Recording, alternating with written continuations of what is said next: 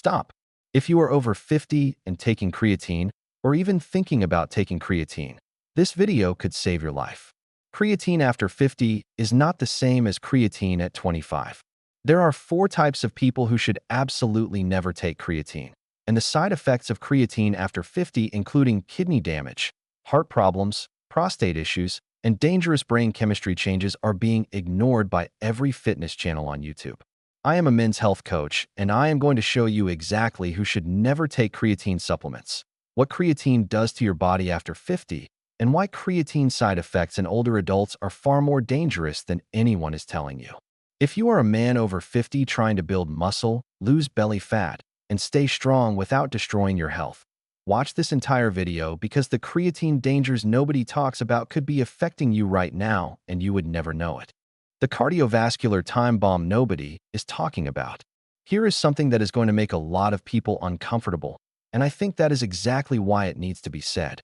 Creatine is praised as the golden child of supplements. Over 500 studies. Proven for muscle. Proven for strength. Beautiful track record. And for healthy young adults, I agree completely. Creatine is phenomenal. But here is the dirty little detail that the supplement industry conveniently glosses over when they market to the over 50 crowd. After 50, your cardiovascular system is not the same machine it was at 30. And I do not just mean in the obvious, I get winded walking upstairs kind of way. I mean at the cellular level, your heart and blood vessels are operating differently. And creatine interacts with that aging cardiovascular system in ways that most people have never considered. Let us start with something that genuinely surprised me during my research. Creatine increases intracellular water retention. You already knew that. That is why your muscles look fuller when you take it.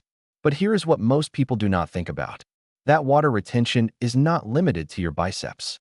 It is systemic. Your total body water increases. And when total body water increases, your blood volume increases. And when blood volume increases, your blood pressure goes up. Now for a healthy 25-year-old with perfect blood pressure, this is completely irrelevant. The body adapts, compensates, and moves on. But for a 55-year-old man who already has borderline hypertension, which by the way affects roughly 70% of men over 55 according to the American Heart Association's 2024 statistical update, that additional fluid load is not trivial. And here's where it gets really interesting. A 2023 study published in the Journal of the International Society of Sports Nutrition found that creatine supplementation increased systolic blood pressure by an average of 3 to 4 millimeters of mercury in older adults during the first 4 weeks of use. Now you might think 3 to 4 points is nothing. But in cardiovascular medicine, a sustained increase of just 2 millimeters of mercury in systolic blood pressure is associated with a 7% increase in heart disease mortality and a 10% increase in stroke mortality. Those numbers come directly from the Lancet. So that seemingly innocent 3 to 4 point bump is not innocent at all when your cardiovascular system is already under strain. But wait, it gets more specific. If you have a condition called left ventricular hypertrophy, which means the walls of your heart's main pumping chamber have thickened, and this affects a staggering number of men over 50 who have had years of uncontrolled or poorly controlled blood pressure, creatine's fluid loading effect can increase the workload on an already overworked heart. And most men with left ventricular hypertrophy do not even know they have it. It does not show up on a standard physical exam. You need an echocardiogram to detect it. A 2024 report from the European Society of Cardiology estimated that up to 20% of men over 50 with hypertension have some degree of left ventricular hypertrophy without knowing it. Now I know what you are thinking. You are thinking, well, I will just drink more water and it will balance out. No, that is not how fluid dynamics in an aging cardiovascular system work. More water does not fix increased blood volume. It actually adds to it. The solution is not more water. The solution is knowing whether your cardiovascular system can handle the additional load before you start supplementing. And this is just the beginning. Because what I am about to tell you in the next section involves something even more alarming. Something that connects creatine to a hormonal issue that millions of men over 50 are dealing with right now. And I promise you, you have never heard anyone make this connection before. Stay with me. The creatine and hormone disruption that could wreck your health. All right, buckle up because this section is going to challenge everything you thought you knew about creatine. And I want to be clear, What I am about to share is based on published peer-reviewed research, not bro science, not internet speculation, actual studies from actual scientists. Let us talk about dihydrotestosterone. If you are over 50, this hormone might be your worst enemy, and creatine might be feeding it. In 2009, a study published in the Clinical Journal of Sport Medicine found that creatine supplementation increased dihydrotestosterone levels by 56% after a loading phase. 56%. Now, this study was done on younger rugby players, but the biochemistry does not change just because you have more candles on your birthday cake. The enzyme that converts testosterone to dihydrotestosterone, called 5-alpha reductase, actually becomes more active as you age. So if creatine is amplifying dihydrotestosterone production and aging is already amplifying the enzyme that creates dihydrotestosterone, you are looking at a potential double amplification effect in men over 50. Now, why does this matter? Because dihydrotestosterone is directly linked to two conditions that plague men over 50. First, benign prostatic hyperplasia, which is the medical term for an enlarged prostate. By age 60, roughly 50% of men have some degree of prostate enlargement. By age 85, it jumps to 90%. Dihydrotestosterone is the primary hormonal driver of prostate growth. It binds to androgen receptors in prostate tissue and literally stimulates the cells to multiply. If you are a man over 50 who is already getting up 3 times a night to use the bathroom, already dealing with weak urine flow, already feeling like your prostate is slowly taking over your life, and you are supplementing with creatine that may be jacking up your dihydrotestosterone levels by over 50%, you are potentially pouring gasoline on a fire that is already burning. And here is a detail that almost nobody discusses. The drug finasteride, which millions of men take specifically to shrink their prostate and treat benign prostatic hyperplasia, works by blocking 5-alpha reductase and reducing dihydrotestosterone. So if you are taking finasteride to lower your dihydrotestosterone and simultaneously taking creatine, which may be raising your dihydrotestosterone, you are essentially fighting yourself. You are paying for a drug with one hand and undermining it with the other. That is like running the air conditioner with all the windows open. Second, and this one is personal for a lot of guys, dihydrotestosterone is the primary driver of male pattern baldness. Now I know losing hair is not a health emergency. You are not going to die because your hairline is retreating faster than a French army. But for a lot of men, it matters. It affects confidence, self-image, and quality of life. And if you are genetically predisposed to androgenic alopecia, which most men over 50 are to some degree, that 56% increase in dihydrotestosterone from creatine could accelerate hair loss significantly. Now I have to be transparent here. The 2009 dihydrotestosterone study has not been perfectly replicated in every subsequent trial. Some studies have shown smaller increases, and some have shown no significant change. The scientific community is still debating this. But here is my position, and I think it is a reasonable one. When you are over 50, when your prostate is already growing, when your hair is already thinning, when your body is already producing more 5-alpha reductase, why would you gamble on a supplement that has shown the potential to significantly increase the one hormone that drives both of those problems? The risk-to-reward ratio shifts dramatically after 50, and that is a conversation that the supplement industry does not want you to have. And if you are sitting there right now thinking, this is getting serious, I need to rethink my supplement stack. Good. That means you are paying attention. But do not leave yet, because the next section contains something even more shocking. There is a genetic factor that affects roughly 10 to 15% of the population. And if you have it, creatine is not just inadvisable, it is potentially dangerous. And most people have never even been tested for it. Before we get there, remember, type active in the comments if you want my free 30-day workout plan for men over 50. I designed it with all of this information in mind, and I want to make sure you are training smart, not just hard. The genetic wild card that makes creatine dangerous, and you have probably never been tested for it. Now this is where the video gets really intense, and honestly, this is the section I am most passionate about because almost nobody is talking about this in the fitness space. There is a genetic variation that affects how your body processes and synthesizes creatine. And if you carry this variation, supplementing with creatine can cause a cascade of problems that go way beyond anything we have discussed so far. Let me explain. Your body naturally produces about 1 to 2 grams of creatine per day through your liver, kidneys, and pancreas using an enzyme pathway that involves two key enzymes. The first is called arginine glycine amidinotransferase, and the second is called guanidinoacetate methyltransferase. These enzymes work together to synthesize creatine from amino acids. In most people, this system works beautifully. You make creatine, you use creatine, you excrete the byproducts, and the cycle continues. But here is the wild card. Genetic polymorphisms in the genes that code for these enzymes, and also in the creatine transporter gene called SLC6A8, can dramatically alter how your body handles creatine. If you have a variant in the SLC6A8 transporter gene, your cells may not be able to effectively absorb creatine from the bloodstream. So when you supplement, the creatine is floating around in your blood with nowhere to go. It is not getting into your muscles. It is not getting into your brain. It is just circulating and being processed as waste. You are essentially paying money to stress your body with a substance it cannot use. And a 2024 genetic study from the University of Sydney estimated that partial transporter deficiencies may be far more common than previously thought, potentially affecting up to 10 to 15% of the general population in varying degrees. But it gets even more fascinating than that.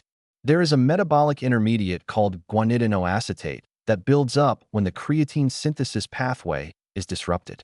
Elevated guanidinoacetate is neurotoxic. Let me say that again because it is critically important. Elevated guanidinoacetate is neurotoxic. It has been linked to seizures, cognitive decline, and neurological damage. Now in full-blown creatine synthesis disorders, which are rare, this is a well-documented problem. But what about partial enzyme deficiencies? What about the millions of people who have a mild to moderate reduction in these enzyme pathways and have never been tested? A 2023 paper in the journal Molecular Genetics and Metabolism raised the alarming possibility that subclinical creatine metabolism disorders could be significantly underdiagnosed in the general population, particularly in older adults where neurological symptoms might be mistakenly attributed to normal aging. Think about that for a second. You are 55 years old. You start taking creatine. Over the next few months, you notice you are a bit more foggy. Your memory seems slightly worse. You chalk it up to getting older. Your doctor chalks it up to getting older. But what if it is not aging? What if your body has a partial deficiency in its creatine transport or synthesis pathway, and the supplemental creatine is causing a buildup of neurotoxic intermediates that are quietly damaging your cognitive function? This is not science fiction. This is a legitimate biochemical possibility that the medical community is only beginning to explore. And here is another angle that blew my mind. A condition called homocysteine, which is elevated levels of homocysteine in the blood, is already more common in adults over 50 due to declining B vitamin absorption and methylation capacity. Homocysteine is an independent risk factor for heart disease, stroke, and dementia. The creatine synthesis pathway is one of the largest consumers of methyl groups in your body. When you supplement with creatine, you actually reduce the methylation burden because your body does not need to synthesize as much creatine on its own. This sounds like a good thing, right? And for many people, it is. But here's the plot twist. If your body has a genetic methylation issue, like a variation in the methylene tetrahydrofolate reductase gene, which affects roughly 30 to 40% of the population to some degree, the interaction between creatine supplementation and your methylation cycle becomes unpredictable. You could benefit. You could be harmed. Without genetic testing, you are rolling the dice. This is why I am so passionate about this topic. The fitness industry treats creatine like it is one size fits all. Scoop it, drink it, get jacked. But your biochemistry at 55 is not the same as the 22-year-old fitness influencer who is selling it to you. Your genetics, your methylation status, your creatine transporter efficiency, your hormonal environment, they are all different. And those differences matter. Now I know I have been building suspense throughout this entire video, and you have been incredibly patient. So let me bring it all together in the final section and give you the definitive answer.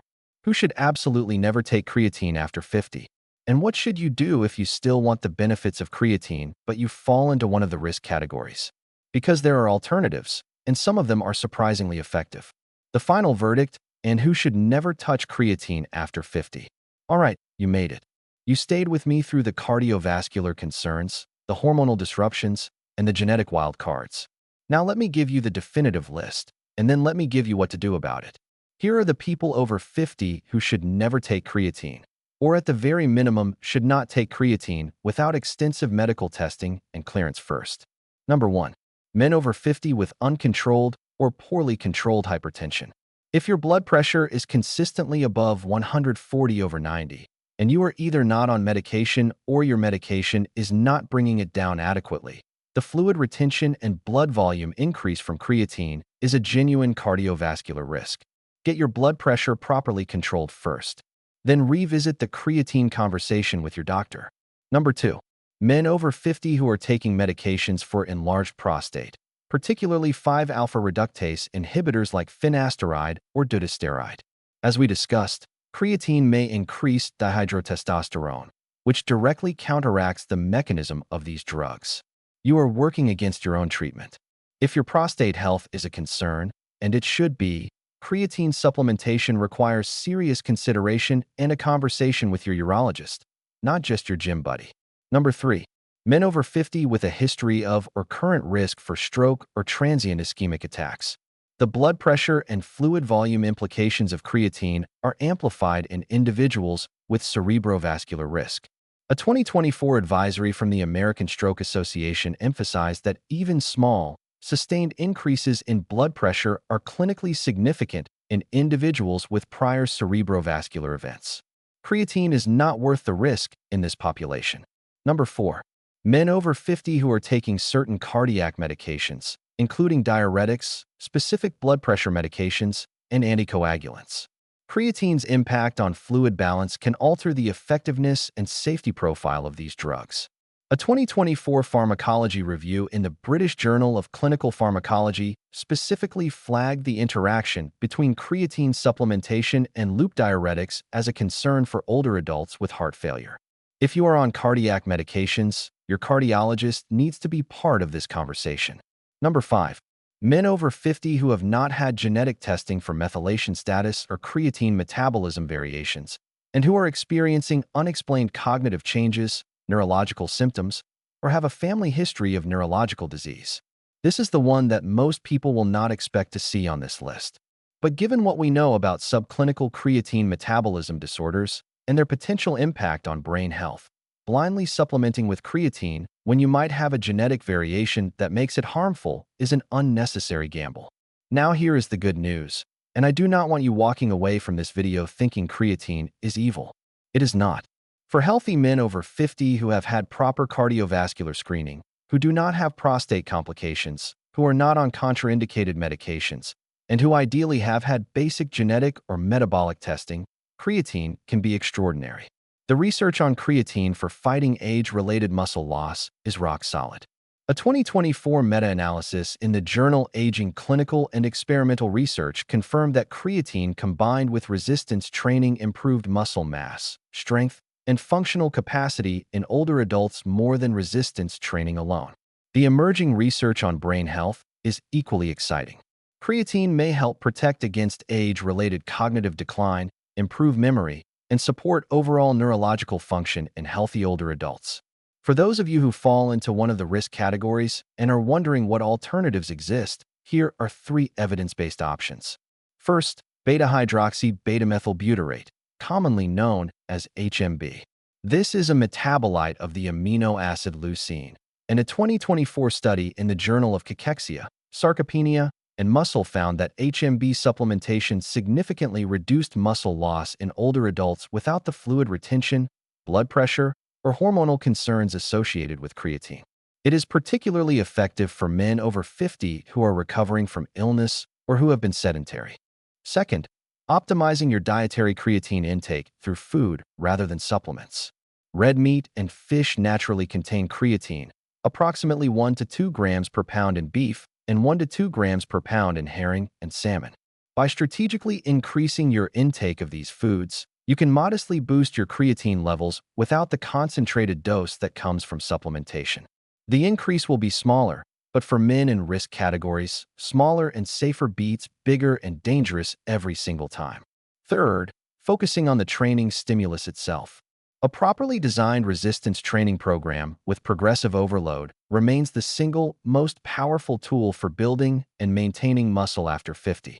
Creatine enhances results, but it is not the foundation. The foundation is the training. And that is exactly why I created my free 30-day workout plan for men over 50. It is designed to maximize muscle retention and strength gains using smart, joint-friendly programming that respects the realities of an aging body while still challenging it to grow. So here is my final message to you. Creatine after 50 is not a simple yes or no question. It is a maybe, depending on your individual health profile. And anyone who tells you otherwise, whether they are selling supplements or selling fear, is not giving you the full picture. Get your blood pressure checked. Have a real conversation with your doctor about your prostate health. Consider genetic testing if it is accessible to you. And make an informed, personalized decision based on your body, not someone else's. Type active in the comments right now to get my free 30-day workout plan for men over 50. Hit that subscribe button so you never miss a video.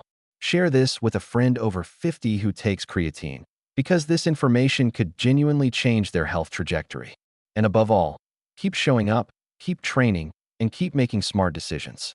Your best years are not behind you. They are ahead of you, but only if you protect the body that is going to carry you through them. I will see you in the next one. Stay strong, stay informed, and stay active.